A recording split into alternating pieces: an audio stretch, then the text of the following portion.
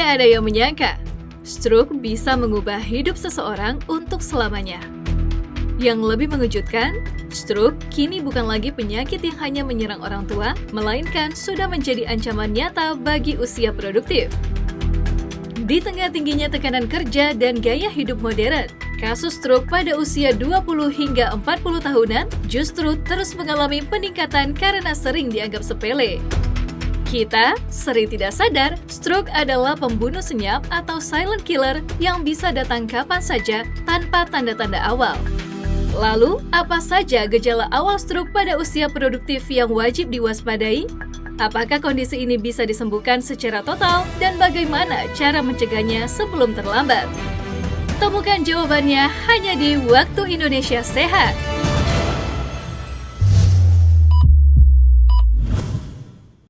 Waktu Indonesia Sehat alias Wasiat kembali hadir di Sabtu dan Minggu Anda Fit Family. Halo, ketemu sama aku Enji Ang yang mau ngajak kalian apa? Mau ngajak kalian untuk berdiri sekarang untuk tes keseimbangan karena Enji baru aja baca berita, nonton video bahwa yang namanya stroke itu bisa sampai anak muda. Manusia berusia produktif kayak kita. Katanya itu kita tes motorik dulu. Yang paling simple adalah angkat satu kaki. Bentar, ini Enji pakai heels. Coba ya, kita buka dulu biar benar-benar seimbang, jadinya rata. Terus diangkat. Nih kalau yang harusnya sering olahraga itu bisa kayak gini nih. Pokoknya dia harus seimbang kanan kirinya. Oke? Terus kalau udah kanan kirinya juga, katanya ini berguna untuk tes kesehatan motorik. Udah? Nah, coba kita kesampingin. Lama banget nggak masuk-masuk di depan pintu doang, orang udah mau jatuh. Ikut aja yuk. Ya, Fit Family, Kang Feby. Jangan duduk. Ih, enak banget gorengannya, bagi ya. Jangan. Iya, ayo bagi. Terus kayak Enji. Ih, Kang Feby serius. Kang Feby pakai kayak ginian kayak kakek-kakek. Itu apaan? Itu gagang lampu. Gagang lampu. Bukan. Apa? Ini buat tongkatnya orang terkena stroke. Oh gitu? Emang kena stroke? Ih, jangan dong amit-amit deh. Terus kenapa pakai ini ya? Tadi nemu di jalan. Terus dia ambil. Bisa aja. Aduh, Fit Family, tapi memang nggak boleh kayak gitu tahu. Yang namanya stroke itu jangan dibuat jadi mainan gitu loh. Benar. Jangan kan sekarang itu banyak juga kalau Fit Family juga nonton ini. Andai kata kalian juga pengen buat konten kreator, nggak usah yang namanya mempermainkan, membawa yang namanya disabilitas, penyakit itu menjadi guyonan. Karena selain menyakiti perasaan orang-orang yang mengalami hal tersebut, kalian juga itu nggak elo aja gitu loh. Harusnya kita memakai akal sehat kita ini untuk apa? Untuk hidup sehat juga. Setuju apa setuju? Setuju. Kenapa makan gorengan? Nah, masalah ngomong juga pola makannya juga bahaya juga nih. Kenapa? Bisa kena stroke kalau mau pola makan yang tidak teratur. Terus kenapa makan? Gorengan lagi. Tuh kan baru domelin. Enggak. Ini punya Kang Feby sih. Tadi diambil. Ini tumpah. Ketahuan sama dok. Wow. Dok Jai, barusan ngajarin Enji bahwa pola hidup yang tidak sehat itu katanya bisa memicu stroke tapi sambil ngunyah tempe sama tahu. Enji baru ngajak ini. Dan pakai tepung pula. Apa? Dan pakai tepung. Iya, pakai Digoreng. tepung nggak boleh. Nah, itu dia. Padahal Enji tadi ngajak apa coba? Ngajakin tes motorik Dok Cai. Yang katanya kan ini kan permukaan yang rata, terus angkat-angkat kaki, itu memang berguna ya?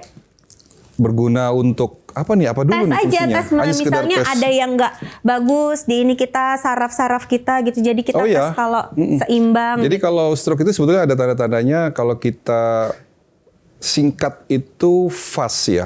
Jadi ngelihat Face. dari face-nya, arm-nya, betul. M itu apa mouth ya? Hah? Mouth. M itu apa? S-nya. S. S-nya itu apa Sehat. coba? Bukan sehat dong, apa ya? Speech. Speech. Caranya. Jadi kalau bicaranya pelo apa? Gagu. Bukan gagu. Cadel. Cadel. Kalau cadel itu juga harus dicurigai stroke. Ya kan? Ini salah satunya makanan. Nah, makanan apa yang menyebabkan penyakit-penyakit degeneratif termasuk stroke? Ya ini, gorengan-gorengan seperti ini. Kalau udah kayak gini harusnya olahraga. Maksudnya biar keluar. Olahraga sekali lagi tidak menghilangkan resiko. Hanya dia membakar kalori. Ya udah. Bahkan Stop ngunyahnya. Udah dikasih tahu sama Dok Cai. Ya. Taruh di laci aja. Oke, Ya. makasih Dok Cai. Saya habisin dulu di belakang ya. Jangan dihabisin Kang Feby, astagfirullahalazim, tetap aja. Aku kira Dok kalau misalnya yang gorengan gitu ya kan. Orang Indonesia dan gorengan itu kayak harmonis sekali gitu hubungannya ya kan. Tadi di opening ketemu sama Fit Family, Angie bilang nih, Dok Cai, bahwa yang namanya stroke itu menyerang usia muda, usia produktif. Sekarang kita samakan perspektif dulu ya Dok ya. Ya. Usia produktif itu apakah usia bekerja atau usia remaja sudah termasuk produktif, dan kacamata atau sudut pandangnya gimana sih? Usia produktif ya usia di mana dia secara anatomi dia sudah organ-organ tubuhnya termasuk organ reproduksi sudah matang. Dia sudah bisa bekerja, dia secara mental pun sudah matang. Nah, tadi di awal juga Angie melakukan pengecekan yang motorik itu. Dok, anak-anak kan juga ada latih motorik sebenarnya ya. Apakah sebenarnya itu bisa menjadi standar evaluasi orang tua untuk melihat anak ini ada gangguan keseimbangan juga, Dok? Pada prinsipnya orang tua ini harus jeli ya, harus apa namanya istilahnya? Ya jeli melihat anak-anaknya kalau ada perubahan secara fisik yang tadinya anak-anaknya aktif, dia sering mengeluhkan misalnya pusing, tiba-tiba ada tanda-tanda yang aneh, kok nih wajahnya tidak simetris, ngomongnya terus agak jadi cadel, yang tadi tidak cadel jadi cadel. Ini harus segera dibawa, di pelo ya. Ini harus segera dibawa ke rumah sakit, jangan didiamkan. Gitu. Tapi sebelum kita kemana-mana nih Angie, sebelum kita ngobrolin kemana-mana, kita harus tahu dulu sebetulnya stroke-nya apa sih? Iya. Stroke itu apa? Arti Stroke stroke. itu adalah penyumbatan. Stroke. Arti stroke itu apa? Stroke. Dalam bahasa harfiahnya itu apa? Nggak tahu. Stroke itu pukulan. Oke. Ya jadi kenapa disebut stroke itu karena dia pukulan. Jadi orang yang kena stroke itu terpukul. Jadi kayak kehantam ya, terpukul. Mental sama fisiknya terpukul. Coba orang yang tadinya gagah gitu, tapi tiba-tiba stroke, itu mentalnya jatuh, terpukul, seperti itu. Nah, stroke itu dibagi beberapa ya. Stroke hemoragik, stroke dengan perdarahan, lalu ada stroke non hemoragik atau yang disebut sebagai ischemic ya, dan stroke ringan Sama atau yang TIA. TIA itu ya? TIA, transient ischemic attack. Ya. Oh. Jadi stroke itu yang 24 jam. Iya, karena stroke-nya itu hanya 24 jam. Dia bukan penyumbatan pembuluh darah secara permanen, tapi dia hanya gumpalan-gumpalan darah yang mengganggu aliran darah ke otak. Dok, maaf aku potong. Berarti kalau ada level-levelnya si transient ischemic attack itu yang paling rendah? Yang paling ringan. Ringan? Iya. Hanya terjadi 24 jam? 24 jam rata-rata ya. Berarti tidak gawat? Tetapi harus diwaspadai. Kalau sudah ada TIA, mungkin nggak akan terjadi stroke yang berat. Ya pasti mungkin. Kemungkinan persentase makin meningkat. Oh iya, semua itu kan dimulai dari yang ringan. Tidak ada penyakit yang berat tiba-tiba berat kan gitu. Ada first step-nya ya? Yes. Terus yang kedua apa? Setelah TIA ini ada stroke yang hemoragik atau yang ischemic dulu? Iya, ischemic atau hemoragik. Ya, jadi kalau pecahnya pembuluh darah itu, kita bisa bayangkan gini, kalau pembuluh darah itu dianalogikan sebagai selang, ya, dan selang itu sudah kaku. Angie punya selang air kan di rumah, itu kalau kaku tuh gampang pecah nggak? Gampang patah nggak? Iya. Nah itu bayangkan pembuluh darah seperti itu. Ya, karena apa? Karena terjadinya kerusakan di dinding pembuluh darah, di endotel pembuluh darah itu rusak. Nah, dari sudut pandang pengobatan holistik, rusaknya dinding pembuluh darah itu karena terlalu banyaknya oksidasi. Jadi lagi-lagi oksidasi yang menciptakan radikal bebas ini yang pada akhirnya merusak dinding-dinding sel pembuluh darah. Sel di dalam endotel itu jadi rusak kan, kalau sudah rusak jadi kaku dia. Belum lagi nanti kalau udah rusak, kolesterolnya itu numpuk di situ, masuk ke dalam dinding pembuluh darah itu dan jadi plak. Nah, pada akhirnya kan sumbatan. Sumbatan tekanan dari pembuluh darah itu kan ada batasannya, ada ininya, ada kekuatannya ya. Tapi tekanan itu terus. Lama-lama dia seperti bulging, pembuluh darahnya itu seperti balon ditiup. Ya, kalau dia tidak pecah ya itu namanya stroke non hemoragik. Dia menekan saraf. Oke. Ya, dia secara langsung dia bisa menekan saraf yang pada akhirnya mengganggu si saraf itu sendiri, atau memang karena sumbatan sehingga si saraf yang tidak mendapatkan darah tersebut yang pada akhirnya terjadi kerusakan atau bahkan kematian saraf. Amit. Sel saraf tersebut. Lantas apakah dengan pendekatan holistik bisa dilakukan penanganan atau bahkan pencegahan? Dok Cai akan menjawabnya untuk Fit Family setelah yang satu ini.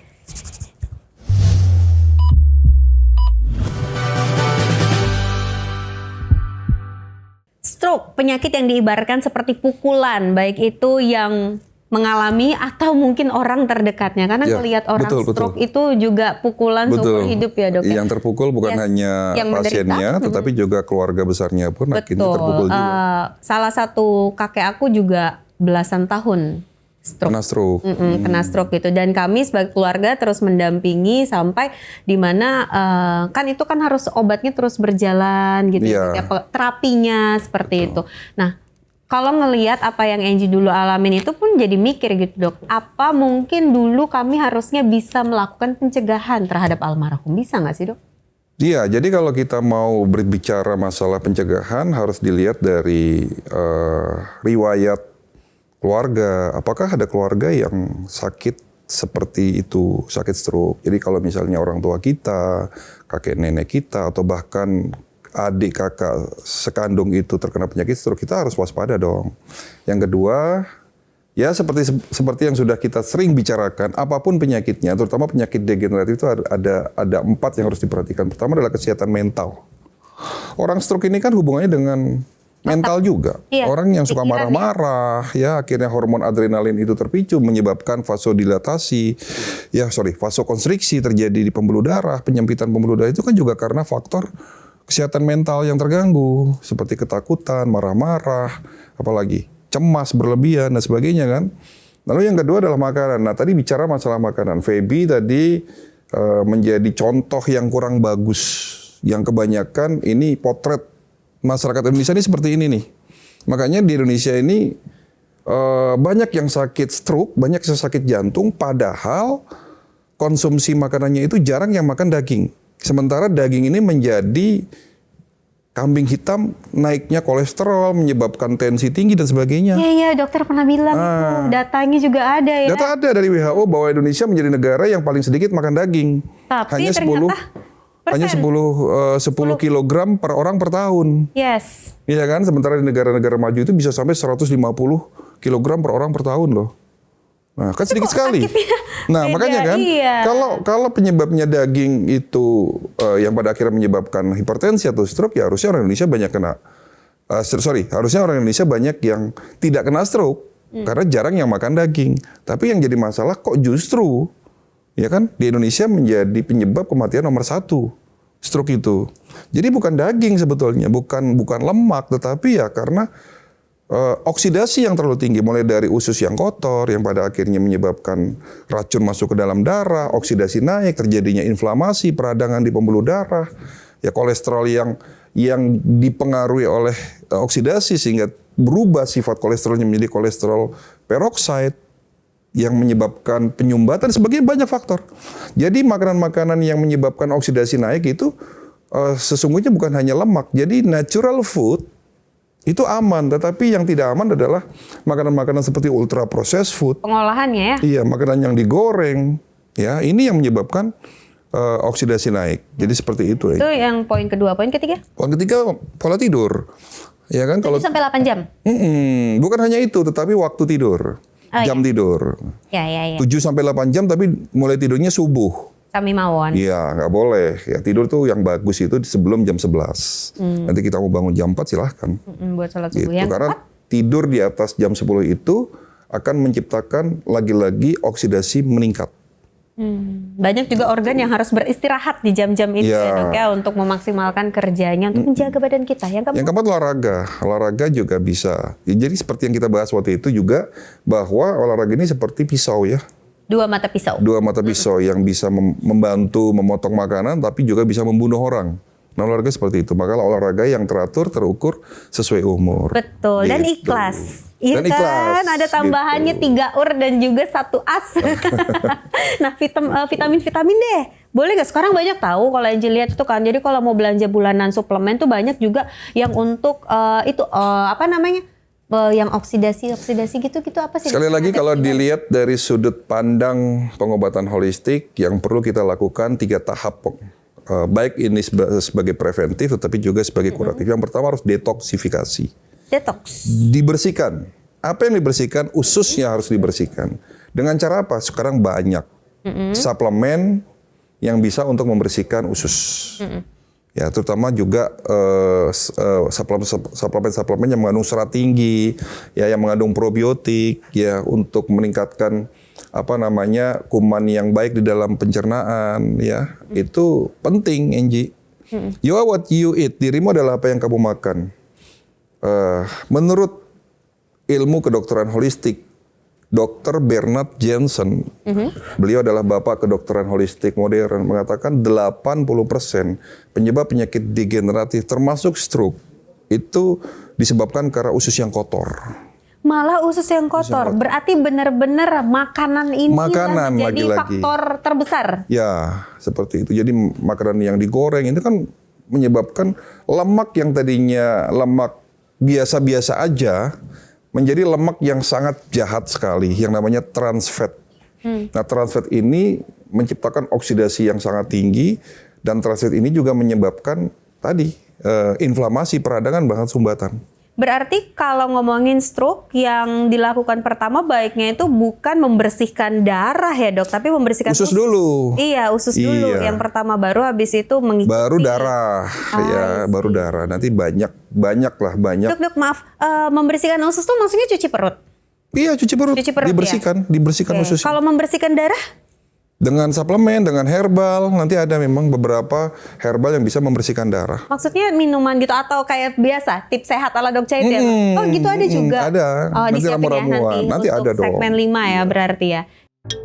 Nggak boleh main-main kayak gitu Kang. Ini Kan tadi buat udah dikasih tahu. Latihan tes temorik. Hah? Ini buat Kamu mau senam. latihan jadi stroke? Bukan. Hah? Ini buat Jangan bercanda tuh. latihan tes temorik yang tadi Kenji pertama. Motorik. Iya. Apa sih Tes buat orang motorik. mikir ah? Ya itu bener. Tapi aku sering lihat di film-film ini yang buat susah jalan terus gini. Iya, Tapi kalau film orang sehat apa? mah enggak. Hah? Film apa? Pokoknya film-film gangguan jiwa biasanya itu ada. Ini buat kasih sumbangan buat orang-orang yang kena stroke dong. Ah, itu benar. Itu nggak apa-apa. Tadi kan udah ada tuh satu. Iya. Dia nemu lagi satu nih. Oh, nemu mulu. Nemu. Lagi di jalan keluar lagi beli kopi. Tuh ini lagi ya udah. Ya kan, Dok, mau nanya nih, Dok. Kalau misalkan udah kena stroke, kan ibaratnya pembuluh darah kita udah pecah nih. Maaf nih, iya amit-amit kalau udah kena stroke. Itu boleh gak sih, Dok, kalau diurut apa dipijet? Ya, pada saat dia terjadi serangan stroke pertama kali atau serangan akut, ya dia harus segera dibawa ke rumah sakit. Jangan sampai ditunda-tunda. Tapi kalau stroke-nya sudah kronik, ya sudah lama, ya pijat itu tidak bisa menyembuhkan stroke. Dia hanya untuk relaksasi aja, untuk melancarkan aliran darah di daerah kaki maupun tangan atau badan. Tapi tidak bisa menyembuhkan stroke-nya. Karena stroke sendiri adalah penyempitan pembuluh darah di otak yang menyebabkan kerusakan saraf otak. Itu Intinya diserem, Dok. Ini ya selama Jadi ini kan bukan berarti nggak boleh, ya boleh, tapi tidak bisa menyembuhkan penyakit stroke itu sendiri. oh gitu, Dok, apa ini rata-rata kan kalau orang-orang Indonesia nih, kalau udah aduh lemah sedikit, stroke ringan dikit kayak menyong segala macam, bentar ke urut, bentar ke urut. Emang iya, tuh. Kang? Iya, bisa begitu. Kita tukang Katanya, urut gitu. "Mm-mm." Oh iya. Jadi yang terlihat di tangan, di kaki, separuh ya. Jadi kalau stroke itu kan sifatnya separuh ya, Stroke ringan. sebagian ya. Sebagian. Kalau yang lumpuh total itu ya bukan stroke. Itu biasanya ada kelainan di saraf tulang belakang. Tapi kalau separuh ya kemungkinan itu stroke. Walaupun itu baru kemungkinan. Bisa juga karena tumor dan sebagainya. Ih. Nah, lagi-lagi karena masalah utamanya ada di otak, ya tidak. Jadi gini, analoginya gini deh. Kamu punya rumah, tiba-tiba ada sebagian di rumah kamu tuh mati lampunya. Gelap dong. Ternyata matinya itu bukan karena lampunya mati, tetapi sikringnya yang rusak. Ya. Yang harus diperbaiki lampunya, kabelnya, atau sikringnya. Cikring. Nah, itu dia stroke. Cikring. Jadi gitu analoginya. Udah gitu deh, Dok. Kalau begitu saya mau senam yang tadi Kenji. Motorik. Retorik. Ya. Berarti nggak boleh. Motorik. Ya. Motorik. Motorik. Yes. Nah, Berarti ini nggak boleh dimain-mainin ya? jangan. Udah Aku sumbangin kurang. aja ke rumah sakit yang nggak punya ini alatnya. Deh, Ya udah, dokter. sana. Istirahat nih kalau tidur suka malam-malam nih dok. Oh, Kenji juga nonton bola terus. Ih, dibongkar. Tapi kalau ngomongin tidur ya dok ya, boleh nggak sih misalnya hari ini begadang, terus besoknya ya udah aku hibernasi aja seharian. Ya nggak bisa juga. Jadi maksudnya sering bergadang, tetapi diganti dengan tidur lebih lama gitu. iya, Nggak nggak bisa. Oh, Karena nggak kan boleh. oksidasi itu kan akan terjadi, tetap akan terjadi. Lagi-lagi bukan karena kita kurang istirahatnya, Enji, tetapi karena terbentuknya racun oksidasi itu di dalam waktu tidur yang salah. Oh, jadi nggak ada ya namanya bayar utang tidur Nggak bisa, gitu, nggak nggak bisa ya. Tuh dengerin ya Fit Family, aku yakin aku bukan satu-satunya yang punya pemikiran salah seperti itu. Mari kita sama-sama meluruskan lagi dan selanjutnya nanti akan kita undang Dokter Saraf, Dok, Dokter untuk siapa? menjadi bintang tamu kita hari ini. Siapakah dia? Don't go anywhere.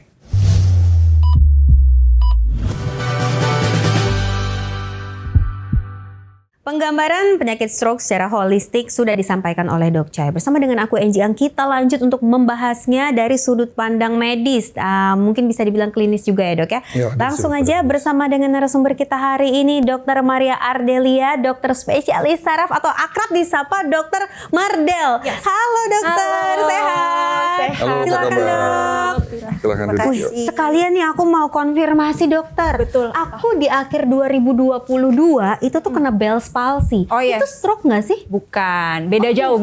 Kalau Bell's palsy kan sarafnya saraf tepi. Kalau stroke itu kan kelainannya di saraf pusat di otak. Jadi dua hal yang berbeda gitu. Tapi sama-sama tentang saraf. Betul, sama-sama tentang saraf. Cuman bukan stroke. Bukan. Nah, kalau yang stroke ini dia adalah saraf apa dok tadi? Saraf tepi. Jadi saraf itu ada dua macam. Ada yang saraf pusat, ada yang saraf tepi. Kalau saraf pusat itu terdiri dari otak dan sumsum tulang belakang. Nah, kalau saraf tepi semua yang ada di tubuh selain yang saraf pusat kita. Oh gitu, makanya tadi dok Ca bilang mungkin ada kelainan yang tulang belakang juga itu tadi dok ya? Ya analoginya tadi kayak rumah. Jadi yang kalau spring tadi. ada yang kabel yang menuju ke lampu, ada juga yang sikringnya. Nah kalau saraf pusat itu ya sikringnya itu. Oh I Rusak. see. Nah stroke ini juga tadi udah sempat disampaikan bahwa ada beberapa apa ya bilangnya level ya dok ya yang tadi yang TIA, terus iskemik, yang lain-lain tuh sebenarnya penjelasannya seperti apa sih dok? Pertanyaannya sebenarnya mungkin harus diklarifikasi dulu. Yang dimaksud dengan level tuh apa dulu nih? Kalau pendapatnya kita mungkin ada yang bahasanya seperti misalnya stroke ringan, stroke sedang, berat. Kalau saya pribadi dan mungkin secara neurologis kita sih sebetulnya jangan terucap stroke ringan gitu ya. Karena semua stroke itu kita harus menganggap kegawatan. Semua stroke itu selalu tiba-tiba. Mungkin dia ada hal-hal yang menyebabkan menumpuk akan menjadi stroke, akan tetapi stroke-nya sendiri terjadi itu pasti tiba-tiba. Yang kedua adalah dia bersifat ada menjadi tidak ada atau tidak ada menjadi ada. Misalnya ada menjadi tidak ada tuh tadinya misalnya bisa bicara, tiba-tiba menjadi tidak bisa bicara. Tadinya bisa menelan, tiba-tiba menjadi tidak bisa menelan. Nggak bisa nelen? Iya, ada juga yang keluhannya tidak bisa menelan karena kelumpuhan di saraf untuk menelannya. Gitu. Ini makannya gimana? Pakai selang. Hah? Iya. Badannya?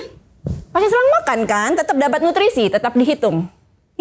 Itu jangan-jangan yang kebas-kebas juga ya dok ya? Soalnya ada Fit Family yang ngirimin video ke kita juga punya keluhan yang sama. Bentar ya dok ya. Oke. Coba kita tunjukin sama Fit Family tayangan yang satu ini. Dok, saya mau tanya, saya sering kesemutan di bagian tangan khususnya kaki. Setelah bekerja duduk seharian, apakah itu gejala stroke atau tidak ya dok?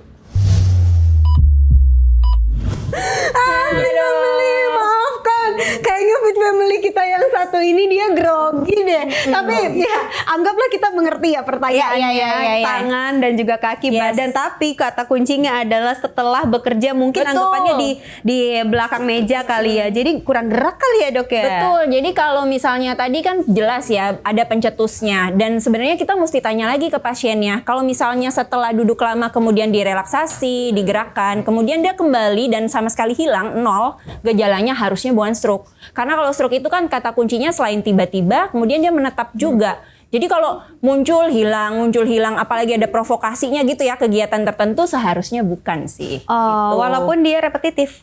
Iya, karena dia tidak bisa mobilisasi dengan bagus. Termasuk tadi mungkin kalau misalnya susah makan nih, nah pasang selang, tapi selangnya juga tidak optimal. Kan bisa terjadi malnutrisi, dengan malnutrisi terjadi lagi penyakit-penyakit yang lain gitu. Jadi kayak domino effect ya dok Iya, ya semuanya betul. ini penyakit stroke. Kalau yang suka kesemutan itu dok maksudnya gimana sih kesemutan yang merupakan gejala Stroke. Ha-ha. Oke, jadi kalau kesemutan paling sering itu karena ada stroke, stroke-nya tadi bisa penyumbatan, bisa pecah pembuluh darah ya, itu di area talamus atau area-area sensorik otak. Walaupun dia kecil, tapi kalau misalnya pas banget di area yang untuk bagian sensorik, Gimana sih dok?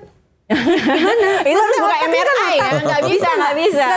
Harus buka MRI. Kalau di sini nggak kelihatan nggak nanti ke situ. spesifik gini di sini kanan ada, di kiri ada. Karena kan otak itu punya dua belahan ya. Ada yang kanan, ada yang kiri. Jadi biasanya, dan itu kecil bangunannya. Otak kita kan kecil. Ini bangunannya lebih kecil lagi. Maka dari itu ada yang misalnya dia memang sebetulnya stroke-nya nggak besar sih gitu. Tapi pas sekali di area-area yang kritikal, jadi muncul gejalanya juga lebih yang suka berat. gini tangannya Apa itu? kaku gitu loh, tahu nggak sih dok? Kalau yang spasmofili lain lagi. Kayak misalkan dia lagi stres gitu, terus habis itu iya, mungkin tangannya gitu spasmofili ya. kram tapi maksudnya ya kram. gitu sampai kaki-kaki gitu ada juga tuh. Nah kalau itu mungkin mesti dilihat klinisnya sekali lagi ya. Karena kalau kaku itu kalau di dokter saraf bisa beberapa Macem-macem diagnosis. Iya gitu. Belum tentu itu adalah stroke. Kalau sekali lagi ya, kalau hilang timbul kemungkinan besar bukan ya. Ya itu bisa aja hanya kekurangan mikronutrisi. Oh iya. Ya misalnya sering kram itu kan bisa juga karena kekurangan banyak vitamin dan ada beberapa mineral yang bisa menyebabkan kram ataupun kesemutan. Iya memang lagi-lagi ya kita nggak bisa cuma nanya sama dokter Google, makanya adalah dokter-dokter ini untuk menjawab semua pertanyaan kita. Seperti misalnya sakit kepala nih, yang di sini nih juga ada nih yang sering sakit kepala ya kan, Angie juga vertigo dan lain-lain juga menjadi pertanyaan. Jangan-jangan ada penyakit lain seperti stroke yang membayangi, bener atau nggak? Seperti Fit Family yang satu ini. Dok, saya kan masih muda, sekitar umur 20-an. Tapi ketika saya bekerja, saya sering migrain. Apakah itu tanda-tanda atau gejala stroke? Ya nggak dok? Jawaban singkatnya belum tentu, tapi kalau misalnya di pertanyaannya mungkin apakah itu tanda-tanda gejala stroke? Bukan. Kalau misalnya apakah itu faktor risiko stroke? Mungkin.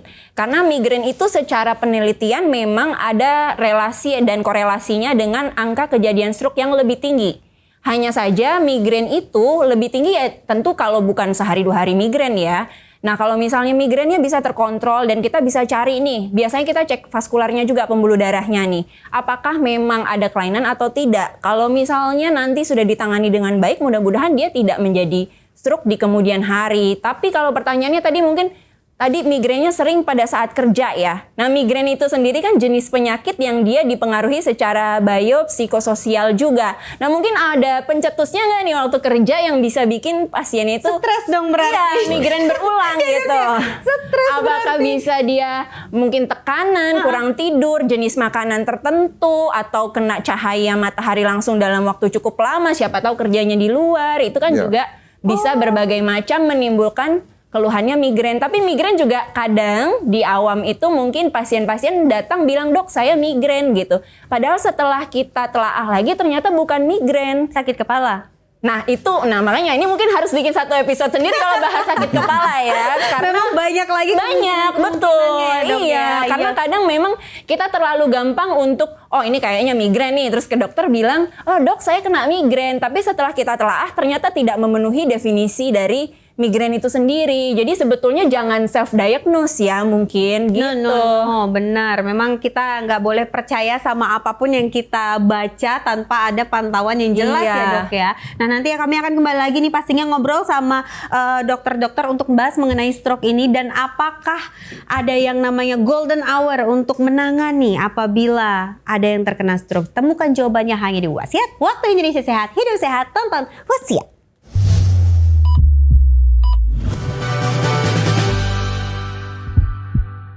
Pertanyaan tentang penyakit stroke akan dijawab oleh Dr. Cahyono dan juga Dr. Mardel hari ini di Wasiat. Berikut juga dengan mitos-mitos yang beredar bahwa katanya dok, kalau ada orang sakit stroke itu pertolongan pertamanya adalah jempol itu dipencet ya kan, terus ditusuk jarum. Aku nggak tahu ya itu apakah benar secara medis atau itu memang cuma mitos-mitos tapi terbukti membantu. Benar atau tidak? Mitos. Oh itu tidak 100% benar. hoax, tidak boleh dilakukan karena nggak nyambung kan, kelainannya di pembuluh darah otak, yang ditusuk pembuluh darah tepi buat apa? Nggak nyambung. Sama sekali tidak nyambung. Jadi itu jangan dilakukan. Itu seringkali kami dari Perhimpunan Dokter Spesialis Neurologi Indonesia juga selalu berulang-ulang kalau presentasi selalu nomor 1 kita mau melawan hoax-hoax tersebut gitu. Jadi salah satu yang paling sering itu gitu. Kadang jarinya ditusuk-tusuk jarum dulu, badannya ditepuk-tepuk, dikasih minum teh anget dulu. Padahal nggak ada terapi apapun ketika terjadi stroke pertama kali kejadian, selain dibawa ke rumah sakit, nggak ada pilihan.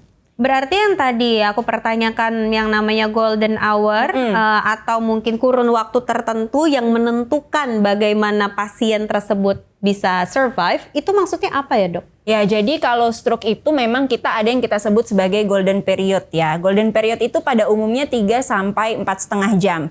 Tapi di dalam stroke ini sendiri ada slogan yang kita sebut time is brain. Apa sih yang harus kita jaga? Sudah pasti karena ini gangguannya aliran darah, maka kita harus menjaga bagaimana si aliran darah itu tidak semakin berkurang atau semakin luas areanya yang terganggu aliran darahnya. Jadi kalau di stroke itu ada 2 area. Yang satu namanya core-nya, yang satu penumbra namanya. Nah, kalau core itu area sel-sel otak yang benar-benar sudah tidak bisa hidup lagi.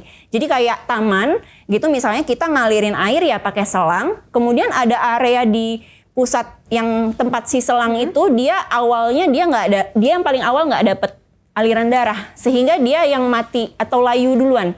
Nah, kalau udah layu sampai akar-akarnya kan nggak bisa dihidupkan. Yes. Tapi masih ada area-area taman lain yang selang-selang lainnya masih bagus. Nah, itu kita harus jaga gitu. Jangan sampai semakin luas. Nah, itu. Nah, penanganannya fokusnya ke situ. Apakah nanti dengan cara kita harus mengontrol risiko-risikonya, tekanan darahnya, oksigenasinya, itu setiap pasien pasti bervariasi. Beda-beda ya. Betul. Nah, biasanya kalau orang yang mungkin masih muda, faktor risikonya belum terlalu banyak, mungkin bisa lebih fokus di penanganan otaknya saja. Tapi kalau udah lansia itu bisa ke banyak organ. Nah, itu aja sih paling bedanya. Ya, tapi tetap ya, apapun itu harus ada yang namanya stroke check up ya, Dok ya? Yes. Kalau nggak salah. Pokoknya medical check up tentang stroke gitu juga harus dilakukan. Betul. Anyway, Dok, Fit Family ini ada tim mengambil video di media sosial yang berkaitan sama stroke katanya. Seperti apa sih videonya? Mari kita lihat. Usia saya 40 tahun dan saya terkena stroke ringan. Saya Yud, pekerjaan saya sekarang sebagai ojol. Ini kisah saya. Kurang lebih 3 minggu yang lalu, saya pulang ngojol di malam hari. Saya ngerasain keanehan, capek, tangan kiri kan turun ke bawah karena pegel tangan kirinya. Jalannya motor nggak seimbang. Pas nyampe rumah, saya doyong ke kanan. Saya pikir karena kecapean aja. Ke wudhu pas mengambil sholat, kumur-kumur. Nah, itu kerasa juga memasukkan air ke mulut, akurasinya berkurang. Jadi kayak miss gitu di pagi harinya. Saya ngobrol sama ibu saya ngomong, Yud, kok kamu ngomongnya pelo? Nah, dari situ baru saya pikir, wah ini ada yang nggak beres, tanda-tanda stroke. Kemudian saya cek, saya ngerekam diri saya sendiri untuk melihat simetrisnya wajah. Saya buka mulut, A, I, U, E, O, dan dari situ kelihatan kan, kalau wajah saya kelihatan kayak orang yang kena stroke gitu, nggak simetris. Oh, ini 95% yakin saya kena serangan awal stroke. Dulu penyakit stroke ini identik sama orang-orang yang sudah lanjut usia. Bahkan dengar-dengar di kalangan kalian, Gen Z dan Gen Alpha, ada juga yang terkena penyakit stroke. Ada nggak teman, saudara, atau keluarga yang ngalamin penyakit stroke juga? Kapan kenanya, kejadiannya gimana, dan penanganannya gimana, dan kondisi sekarang seperti apa? Gitu aja dulu ya. Terima kasih banyak. Sampai jumpa lagi. Angie juga waktu yang Bell's palsy juga gitu. Kayak miring, nggak bisa minum, nggak bisa apa. Tapi katanya tadi bukan stroke. Emangnya itu udah pasti stroke, Dok? Bukan kemungkinan Bell's palsy? Iya, kalau misalnya, kalau saya lihat dari ceritanya dan gejalanya, sangat, kalau dibilang Bell's palsy sangat jauh, sangat jauh. Karena satu, Bell's palsy itu definisinya adalah kelainan idiopatik yang tidak diketahui penyebabnya, mengenai ke pembuluh ke saraf fasialis atau saraf wajah. Karena virus. Kalau virus kita sebutnya Ramsay-Hunt syndrome, itu kayak Justin Bieber kalau pernah tahu. Nah, kalau misalnya yang Bell's palsy ini, jadi dia kena saraf nomor 7, saraf fasialis, dan bedanya apa sama stroke? Kalau mau ngomong gampangnya adalah Bell's palsy itu separuh dari dahi sampai bawah. Kalau stroke itu hanya bawah. Sini saja. Jadi kalau disuruh angkat alis, kerut dahi, itu masih normal. Tutup mata, semua normal. Kalau yang masnya tadi? Sebelum menjawab pertanyaan Angie, ini pertanyaan singkat dari saya nih. Stroke, ya berarti kan bicaranya kerusakan saraf. Ya, irreversible atau reversible dengan metode kedokteran modern hari ini? Itu artinya apa? Nah, jadi jadi bisa balik normal atau enggak Oh, ya iya, pertanyaannya iya. gitu. Jawaban singkatnya sel otak yang mati yang di core tidak bisa balik normal. Yang di core. Yang di core tidak bisa. Yang di penumbra kalau kita bisa selamatkan dengan cara membawa ke rumah sakit secepat-cepatnya bisa diselamatkan. Tetapi walaupun sel otak kita itu tidak seperti kulit nih. Kalau kulit kita kegores bisa regenerasi bagus. Kalau otak, dia itu ada yang kita sebut mungkin pernah dengar namanya neuroplastisitas. Nah, itu juga berbeda antara orang yang masih muda mungkin dengan yang usia lanjut. Masih muda tuh neuroplasticity-nya masih bagus. Neuroplasticity itu apa sih gitu? Neuroplasticity itu kemampuan untuk otak itu dia merebuild kembali, membangun kembali ketika terjadi kerusakan. Tidak menghidupkan kembali yang sudah mati, tapi bisa jadi misalnya dia ada teman-teman di sekitarnya mengambil alih fungsi, tapi kuncinya harus dengan berbagai terapi gitu ya, pengobatan dan juga dilakukan stimulasi-stimulasi misalnya dengan fisio, rehabilitasi medis gitu ya. Nah, analoginya begini, misalnya di rumah Mbak Enji punya 5 ART, rumahnya besar banget misalnya. Amin ya Allah, berikan amin Misalnya kata-kata ya, dokter ya Allah. itu misalnya nih yang satu ada tukang masak, yang satu ada tukang kebun, satu ada driver ya, yang satu dia misalnya tukang cuci gitu, yang satu lagi misalnya ngurusin baju-bajunya Mbak Enji khusus. Nah 5 itu seperti di otak kita misalnya fungsinya masing-masing. Akan tetapi misalnya yang satu resign nggak mau balik gitu ya, itu seperti ketika terkena stroke kemudian selnya sakit mati gitu ya? Iya, nggak bisa balik lagi, nggak balik ke rumah Mbak Enji lagi. Oke. Nah kemudian apakah misalnya tugasnya dia tadi yang tukang kebun, apakah terus kebunnya jadi terbengkalai? Jawabannya iya kalau tidak dikasih stimulasi. Nah tapi kalau Mbak Enji sebagai bos mengajari yang 4 sisanya, ini loh tamanku nggak ada yang ngurus, tolong dikerjain, kemudian dikasih tahu ini alat-alatnya ini, kemarin biasanya dia ngerjakan dengan cara ini, itu yang lain bisa mengambil alih fungsi tukang kebunnya tadi. Nah di otak juga begitu. Jadi pertanyaannya apakah bisa kembali normal? Kalau yang sudah mati tentu nggak bisa. Tapi dengan neuroplastisitas tadi kita bisa membangkitkan supaya terjadi regenerasi dan juga yang sehat-sehat itu mengambil alih fungsi yang tadi sudah nggak ada gitu. Berarti ada kemungkinan untuk sembuh. Pertanyaannya bukan sembuh ya, mungkin bahasanya adalah kembali bisa beraktivitas dengan baik, dan yang lebih susah mungkin harus dihindari jangan sampai berulang ya, karena biasanya kalau berulang lebih berat. Gejalanya hilang 100%. Bisa. dengan tadi. Kalau dengan yang golden period tadi itu biasanya kita berikan obat yang anti clot, itu alteplase namanya. Itu dia akan menghancurkan clot, atau dengan trombektomi. Jadi diambil dengan wire, dengan kabel sumbatannya. Itu maka kalau misalnya timelinenya cepat ke rumah sakit, kemungkinan 100%-nya sangat bagus. Penelitian banyak di luar negeri, saya sendiri juga melakukan sering di rumah sakit gitu ya. Jadi kalau pasien datang dengan stroke, mau jam berapapun udah pakai piyama, mau apa saya berangkat.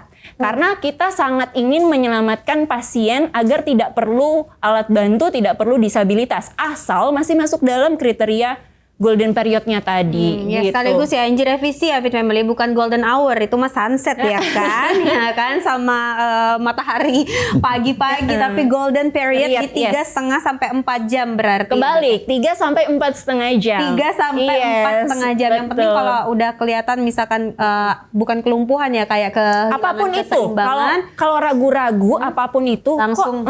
mendingan kita lebay sedikit ke rumah sakit terus dibilang enggak kok ini bukan stroke, daripada menyesal. Karena apa? Karena di awal biasanya pasti gejalanya nggak langsung tiba-tiba, kecuali mungkin sumbatannya model emboli tadi ya, yang langsung besar, atau misalnya dia area yang terkena sangat luas ya. Tapi kalau areanya kecil dia pasti pelan-pelan dulu. Jadi gejalanya kadang ya itu. Pernah kemarin saya punya pasien juga, jadi datang hanya murni dengan vertigo, itu juga usia 30-an.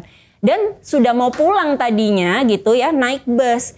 Tiba-tiba pas mau naik bus kemudian nggak sadar, ternyata kita cek itu stroke. Nah itu karena masuk golden period, kita masukkan obatnya. Yang lain-lain juga sering Termasuk begitu. gejala yang sering dirasakan kebanyakan orang nih, brain fog, itu termasuk stroke bukan? Oh, kalau brain fog belum tentu ya. Brain fog orang kurang tidur gitu ya, Makanya tidur, Fit Family.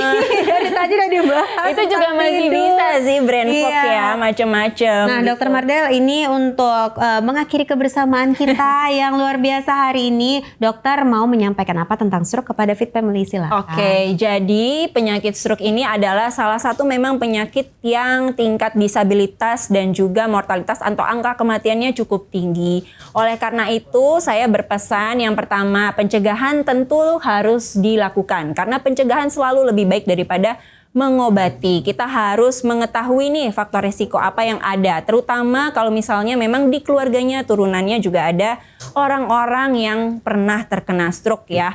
Kemudian yang kedua, lifestyle itu sangat penting karena beberapa faktor risiko stroke itu juga berhubungan dengan lifestyle tidur, makanan, stres, dan lain-lain. Olahraga juga penting ya. Jangan mager, itu juga penting.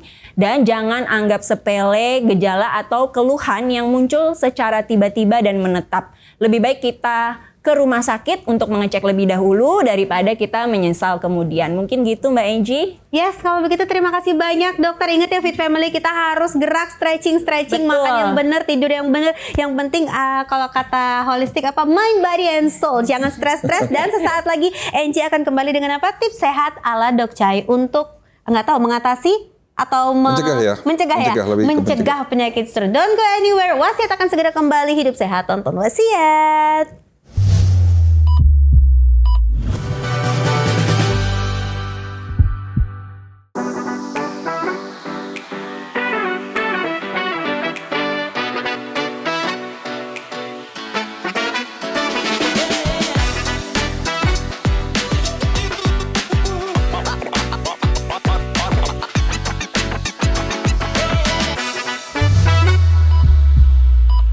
Setelah kita mengulik tentang penyakit stroke di waktu Indonesia Sehat, tentunya ada pertanyaan, bagaimana setelah kita memiliki hidup yang sehat, terus habis itu makan yang benar, apakah ada yang bisa kita lakukan terhindar dari penyakit tersebut dengan mengonsumsi yang mungkin gampang-gampang aja ditemukan. That's why yang namanya tips sehat ala Dok Chai itu hadir untuk Fit Family. Di segmen ini seperti biasa, kalau yang ini agak seger ya, kita ngeliat bahan-bahannya tuh hijau-hijau, terus habis itu bahkan ada bunga. Apa sih ini Dok semuanya? Yang pertama di sini ada daun pegagan. Nah, daun pegagan ini sering kita masukkan di setiap tips sehat ala Dok Chai kan, di banyak episode. Pada prinsipnya bahan-bahan ini berfungsi untuk melancarkan peredaran darah, Angie. Jadi kita bicara stroke nih, atau bicara penyakit jantung atau ginjal. Memang pembuluh darah ini kan menjadi penyebab utama kelainan atau kerusakan, bahkan terjadinya penyakit yang barusan kita bahas, yaitu stroke. Sehingga perlu adanya satu senyawa aktif di dalam tanaman tersebut yang mampu untuk melancarkan peredaran darah. Yang kedua sebagai antiinflamasi. Ya, dan yang terakhir adalah punya kemampuan untuk menurunkan tekanan darah. Dan satu lagi sebagai antioksidan. Jadi ada 4 fungsi. Melancarkan peredaran darah, menurunkan tekanan darah, sebagai antiinflamasi, dan yang terakhir antioksidan. Ini daun ajaib ya Dok ya? Bisa dibilang sebetulnya pegagan atau Centella asiatica termasuk 10 tanaman obat terbaik di dunia. Really? Yes. Wow, berarti tinggal kita manfaatkan aja ya, khasiat-khasiatnya tinggal kita olah, ditambahkan sama kumis kucing. kumis kucing. Kumis kucing kenapa? Karena memang salah satu manfaat kumis kucing juga untuk menguatkan ginjal. Lalu apa hubungannya stroke dengan ginjal? Ya. Lagi-lagi dalam ilmu kedokteran holistik bahwa ginjal menjadi organ yang paling utama. Semua organ penting, Angie, tetapi kalau melihat dari sisi TCM, tradisional Chinese medicine, bahwa ginjal itu dianggap sebagai rajanya organ. Karena dia punya fungsi banyak, dan salah satu fungsi paling utama adalah memfilter darah. Lagi-lagi kan hubungannya dengan darah, stroke ini. Gitu. Jadi, Dok, maaf, ini tuh sel yang tersumbat atau darah yang mengental atau keduanya? Dua-duanya, kan sudah Keduanya dibahas. Baik itu stroke. Contoh tadi kalau stroke TIA, transient ischemic attack, itu kan terjadi clot atau trombus. Itu hubungannya dengan darah. Tapi kalau stroke yang lebih berat lagi, stroke perdarahan atau stroke ischemic, itu kan penyumbatan. Berarti pembuluh darah berhubungannya. Berarti ini semuanya bisa juga membuat darah yang kental itu? Darah kental dan termasuk pembuluh darah yang... Bisa ya? Oke, setelah kumis kucing kita punya? Daun seledri. Banyak banget. Seledri lokal. Nah, ini kan biasa dipakai buat Masak, sayur ya. iya. Nah, Buat daun seledri wangi-wangi. ini punya manfaat untuk menurunkan tekanan darah. Dan lagi-lagi 85% kasus stroke itu selalu ada pencetusnya, komorbidnya adalah hipertensi. Ya makanya ada 2 nih yang buat nurunin tekanan darah. Ini untuk menurunin tekanan darah, kalau pegagan lebih untuk membersihkan darah, melancarkan peredaran si pembersihan darah tuh dari Iya, pegagan. dari pegagan. I see. Nah, terakhir Dan ada juga bunga. pegagan ini fungsinya juga untuk memperbaiki dan menjaga sel-sel saraf otak. Merawat ya. Merawat lah intinya. I see. Yang terakhir antioksidan kuat ada di Bunga. bunga. Telang apa? Bunga apa Fit Family? Bunga apa coba? Ini, Bunga apa? bunga rosella. Bunga rosella. Iya, boleh dalam bentuk yang kering atau juga yang bagusnya sih kering, yang sudah dikeringkan ya. Gitu. Terus kita rebus nih. Ya direbus seperti biasa dengan 500 liter air, ya mililiter sorry bukan 30 liter toren kita rebus 500 liter air, ya direbus dengan api yang kecil menjadi 300 mililiter air. Nyusut dia ya. Ya diminum sehari 2 kali. Boleh ditambah madu, Boleh ditambah madu. asal tidak punya diabetes. Ya kan Yes, dok? betul. Langsung aja dok, kasih tahu sama Fit Family bagaimana rangkuman cerita Oke. tentang stroke hari ini. Setiap episode, Dok Choi selalu memberikan tips sehatnya. Tetapi tips sehat dari saya itu adalah plan B, Angie. Yes. Plan A-nya, jaga Mencegah. kesehatan mental, makanan, pola tidur, dan Olahraga. yang cukup. Teratur, apa? Apa? Ayo Fit Family tahu 3 umur terukur, sama satu sesuai mas. umur, dan ikhlas. Kok kurang 1? 4, ya. Ya udah apa tuh kira-kira 3 umurnya udah sering banget ya kami sampaikan karena memang sebenarnya itu adalah konsep yang bisa berlaku untuk semua penyakit. Semua penyakit. Yang penting hidupnya jadi benar dan juga sehat. Ini akan kita cobain dulu. Tes dulu dong. Tes dulu. Oke. Baunya bau ini ya, bau teh. Enak. Enak. Iya, karena ada seledri. Enak iya dan wangi-wangi juga. Nah, Fit Family yang mau nyobain coba. Ini bisa berfungsi seperti apa yang tadi Dok Choi sudah sampaikan. Tentunya harapannya dengan program wasiat ini dengan apa yang sudah kami sampaikan kepada kalian semuanya ini bisa memperbaiki pola hidup, bisa mendatangkan kehidupan yang sehat dan kita bisa menjaga diri sendiri dan juga keluarga. Sampai bertemu seperti biasa di Sabtu dan Minggu seperti biasa di jam 9 pagi bersama Angie dan juga Dok Choi dengan tema-tema kesehatan lainnya. See you. Waktu Indonesia Sehat, hidup sehat, tonton Wasiat.